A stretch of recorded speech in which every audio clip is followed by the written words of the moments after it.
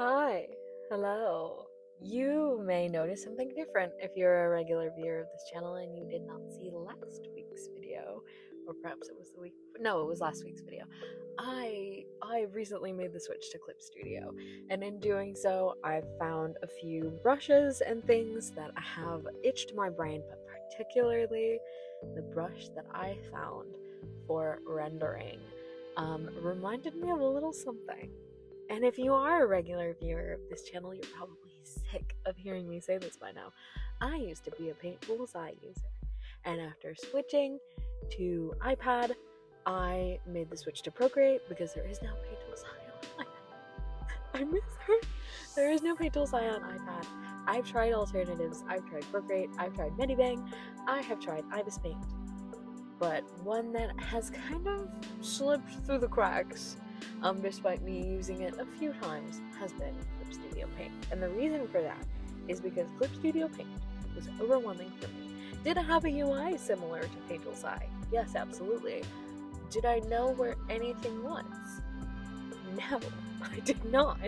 I didn't know where basic tools were. I didn't have a keyboard, obviously, because I'm using my iPad, so I don't have access to keyboard shortcuts, which, by the way, if you set up a keyboard with your iPad, do you get access to keyboard shortcuts? If I hit a Control Z on my my keyboard, will that work on Clip Studio? That's not what this video is about, but if it is, I might. Anyways, I didn't have access to keyboard shortcuts. And like there was like just certain things about the type of palm rejection that it does, because something that irks me so bad. If you turn off palm rejection on Clip Studio Paint, it also does not allow you to do like a long press for the eyedropper tool, because that is still a gesture control that it has. But for some reason, turning off palm does that, even though it like turning off like drawing with your finger, it doesn't register that it's picking it up, which is weird because it still registers like taps and stuff, so that's kind of irritating. Why does it do that? Anyways, long story short, I found I found Clip Studio Paint's quick access menu, and in doing so, I was able to set up all of the things that I would have either difficulty finding, or that the gesture controls weren't quite working for me. And I'm so glad that I did so, because I've been having so much of a nicer time using Clip Studio. I may like genuinely make a full switch over to it. But anyway, the catalyst for this video, back to what I was saying, the rendering brush that I found reminded me of Paint Tools I, because if you don't know, like way back, several years, when I first started this channel, that was how I used to paint. I used to use one brush. I've done so this video. Let's make sense of what we're watching. This video is supposed to be like a one layer, one brush type situation. The only like differences that I allowed myself to use were obviously the eraser tools, and then also I allowed myself like an initial sketch layer that I set to multiply and then lowered, and then I merged it with my underpainting of like all of my like rough shading and things like that, because that's how I used to paint on Paint Tool side. There was a brush that I used to use. I would merge like my initial sketch on a multiply layer to my initial like flats and everything, and then I would just slowly go in and start carving away and painting. And when I started rendering with Clip Studio, I realized that there is a brush in here that allowed me to do something similar. It is part of their base library. I think it's their wash brush under painting, and I love her so bad. I love her so bad, and I've been using her for rendering like just on a normal sense. But after using it for a few days, I recently was like, hold on a second. What if I tried to paint in Clip Studio the way that I used to paint inside? And I'm so glad that I did that, because doing this illustration was so nostalgic for me. Like, I've talked about this before several times on my channel.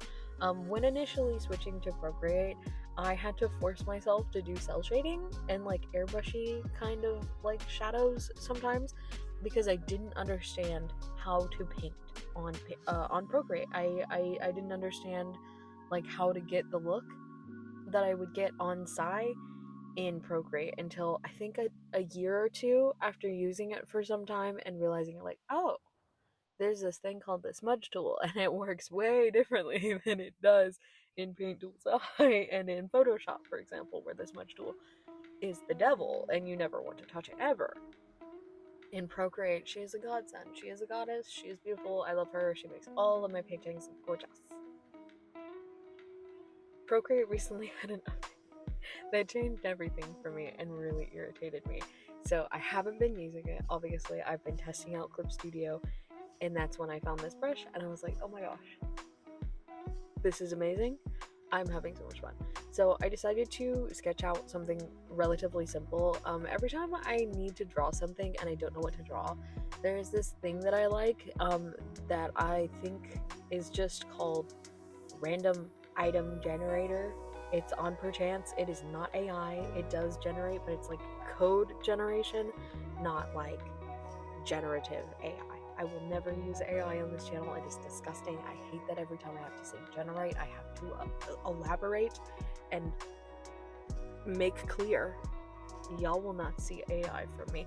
I stay getting emails from companies that are like, oh, do you want to use like our AI stuff? Like, do you want to partner with us in our AI coloring book? No. What makes you come to an illustrator and ask about? No. If you're an AI company watching this, no. N-O, big. No. I will never partner with anything AI related. I don't care. I hate you guys. Genuinely, I hate you. Okay, anyways. But yeah, it like generates a bunch of random objects. Is it just called random object generator actually? Is that what I said before? I'm sleepy. I've had 3 sips of coffee. Random object generator on Perchance. I will pick a random number. I think I started with 3 and I wasn't getting very good results, so I did 12 instead, and it generates 12 random objects. And it gave me the necktie thing, which is like the ribbon around her neck. I thought that would inspire a cute little illustration, so that's what I did.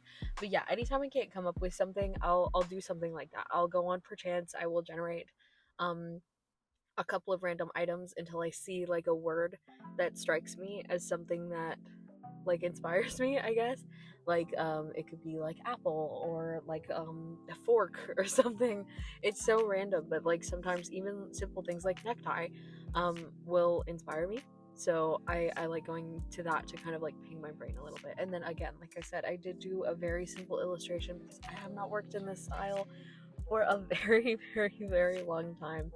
I'm definitely rusty with it. I've done a few videos similar to this on Procreate, and they took me so much longer. Because doing this same process in Procreate is a little bit different. I don't think I've done like one brush, one layer. It's always just like one layer. And then it's like, okay, I have my initial sketch. I do the same kind of like multiply type situation. And then I merge. And then I start blending with the smudge tool and like doing all these little things.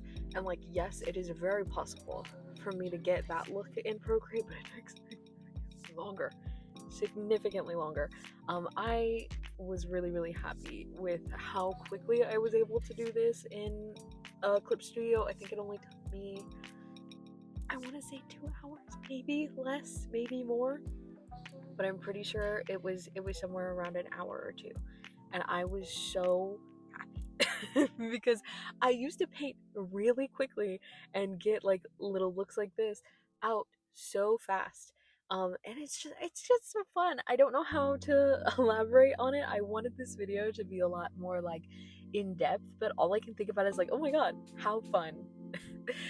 This is a style I used to have, and I loved it so much, and I was so obsessed with it.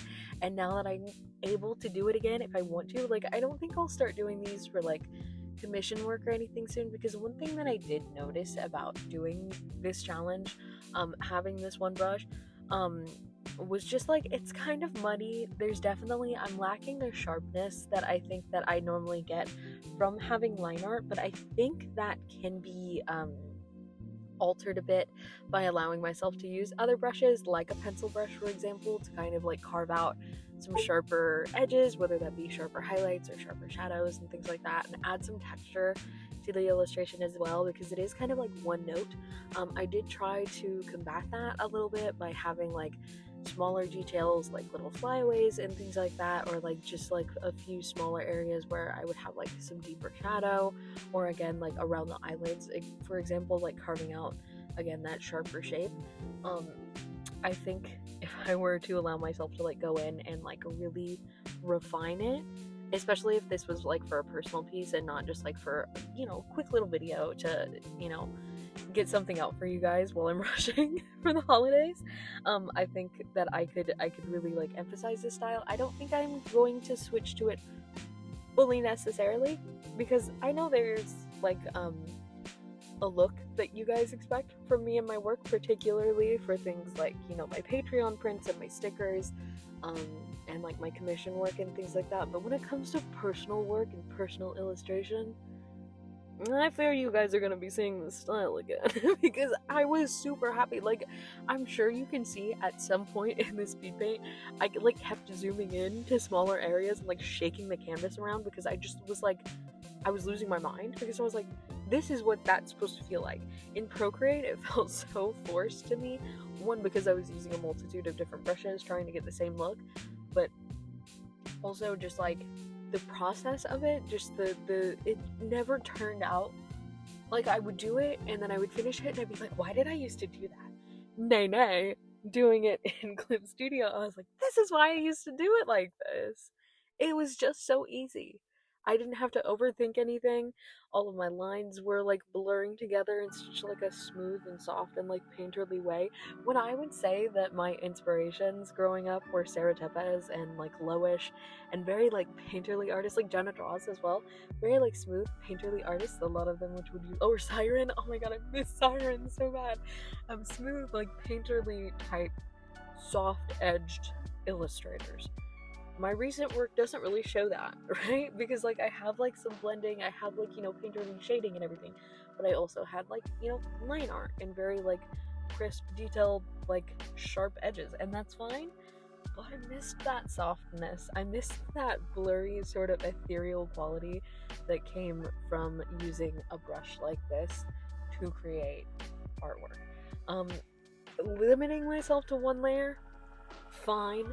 It's nice for a challenge, but I think like if I were to take this style and then allow myself to use more than one brush, more than one layer, but like this general vibe and a majority of one brush, you know, and then using everything else for like little details. Like if I was able to do the brush on a multiply layer, or like if I was able to, the blush, not the brush, the blush on a multiply layer, the way that I normally would, and then, you know, like create different like layers for like my highlights and everything, so that I could really refine them, and then, you know, merge them all down and blah blah blah. I think it would slay. I think it would slay. And now I really just want to do the next illustration on this channel like that, but without like limiting myself. So if you guys want to see me tackle any certain subjects, I don't know. I really miss the days when I would just like draw something and talk about nothing. But talking about nothing is harder now that I have my Patreon podcast, because I talk about nothing on there. And then it's like, okay, I don't have anything to ramble about because I already rambled about it, and especially because I don't want my patrons to have to see or hear the same ramble twice. I don't know.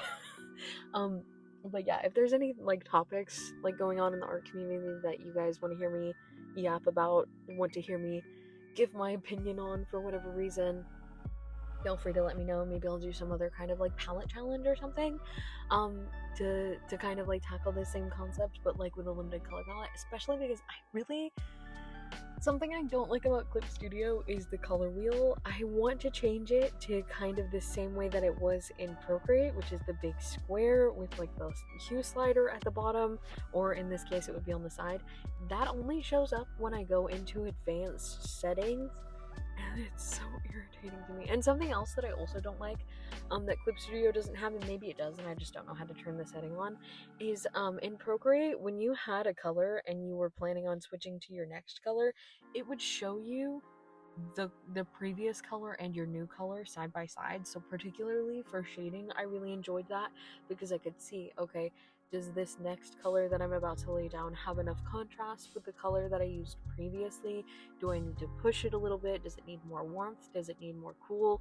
And things like that. And also just like in general, picking my initial flats in Clip Studio, I found a lot of my colors look very gray or very saturated, and I'm having trouble getting like that natural sort of mid saturation that I've come to enjoy for my own particular illustration work. Um, Bordering on the edge of saturated, let's be real. But like, particularly you guys can see in the base tone that I used for this piece, she's gray. She's very gray. And I was too late to fix that by the time that I had noticed it, because I was already filming and I already merged everything together and, you know, started work on it. And I was like, no. And something I also miss is being able to color top to change like the whole area of color. I wish that Clip Studio had a similar thing. If Clip Studio does have a similar thing, and I just don't know what it is, again, feel free to let me know. If you guys have any hacks with Clip Studio in general, or know of any videos that have really good recommendations for hacks for Clip Studio, please tell me about them, because if I can turn this into the program ever for me, I would really like that. I can already tell it's got a lot of things that Procreate does not have that will be beneficial for me as an illustrator, like this brush and, you know, other little minor settings and details and things like that. But yeah, just like as a general, if you guys have any like, you know, tips or tricks or hacks or whatever, I would love to know them. I am loving Clip Studio so far, and I am loving this piece. It definitely is wonky. There's some things about it that I wish that I could change. Like, I don't really like Clip Studio's liquify tool, so you know, mushing details around that would have been a little bit easier for me to do in Procreate are a little bit harder in Clip Studio. But also I feel like that's a good thing, because it will break me out of my liquify habit, because Procreate's liquify has me in a chokehold. Some of my drawings look so busted, and then I'll just tell myself like it's fine because I'll just liquefy it at the end. You can't really do that in Clip Studio as fluidly. And again, maybe you can, and my settings are just off. But yeah, I definitely want to make this like a more refined process for me, because I really miss painting like this, and I want to do it more. I just feel like it's so pretty. And especially for like someone like me who draws lots of like fantasy type characters, like I tend to fall in line and draw lots of like elves and fairies and like demons and aliens and stuff like that. That's the non like stereotypical human, I suppose. Just lots of like, you know, fantasy and sci-fi and blah blah blah blah blah. Lots of illustration where like that. I feel like this type of style really complements that sort of subject. So I want to get back into it.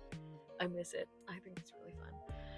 Anyways, that is enough yapping from me today. I hope you guys had a happy holiday recently. If you celebrate, I hope you are excited for the ones upcoming again if you celebrate. If not, I hope you're having a wonderful start to winter. It's definitely starting to get cold out here, so that is nice. It took a while. I hope it snows this year. I've really been craving some snow and some cold weather. It was a hot summer. Not nearly as hot as it was last year. Thank God. It was really bad last year. But yeah, anyways, that is enough from me. Thank you guys so much to my wonderful patrons on screen who put up with me yapping all of the time. I also thank them for being patient with me while I work on learning Clip Studio for their commissions and things like that. I appreciate you guys so much. I appreciate you guys sitting here watching this video and listening to me ramble about random stuff for 19 minutes while I lose my thought process all of the time. If you guys like these videos, be sure to subscribe. I always forget to say that, especially now that I'm saying it at the end of the video where most people are probably not watching anymore. But if you are still watching and you're not subscribed and you've enjoyed listening to me yap and watching me illustrate, subscribe and like, because it does help. I mean it. If you guys don't do that, YouTube doesn't care about our videos at all. So if you're enjoying, let me know that. Thank you. I love you guys so much, and I'll see y'all in the next one. Bye.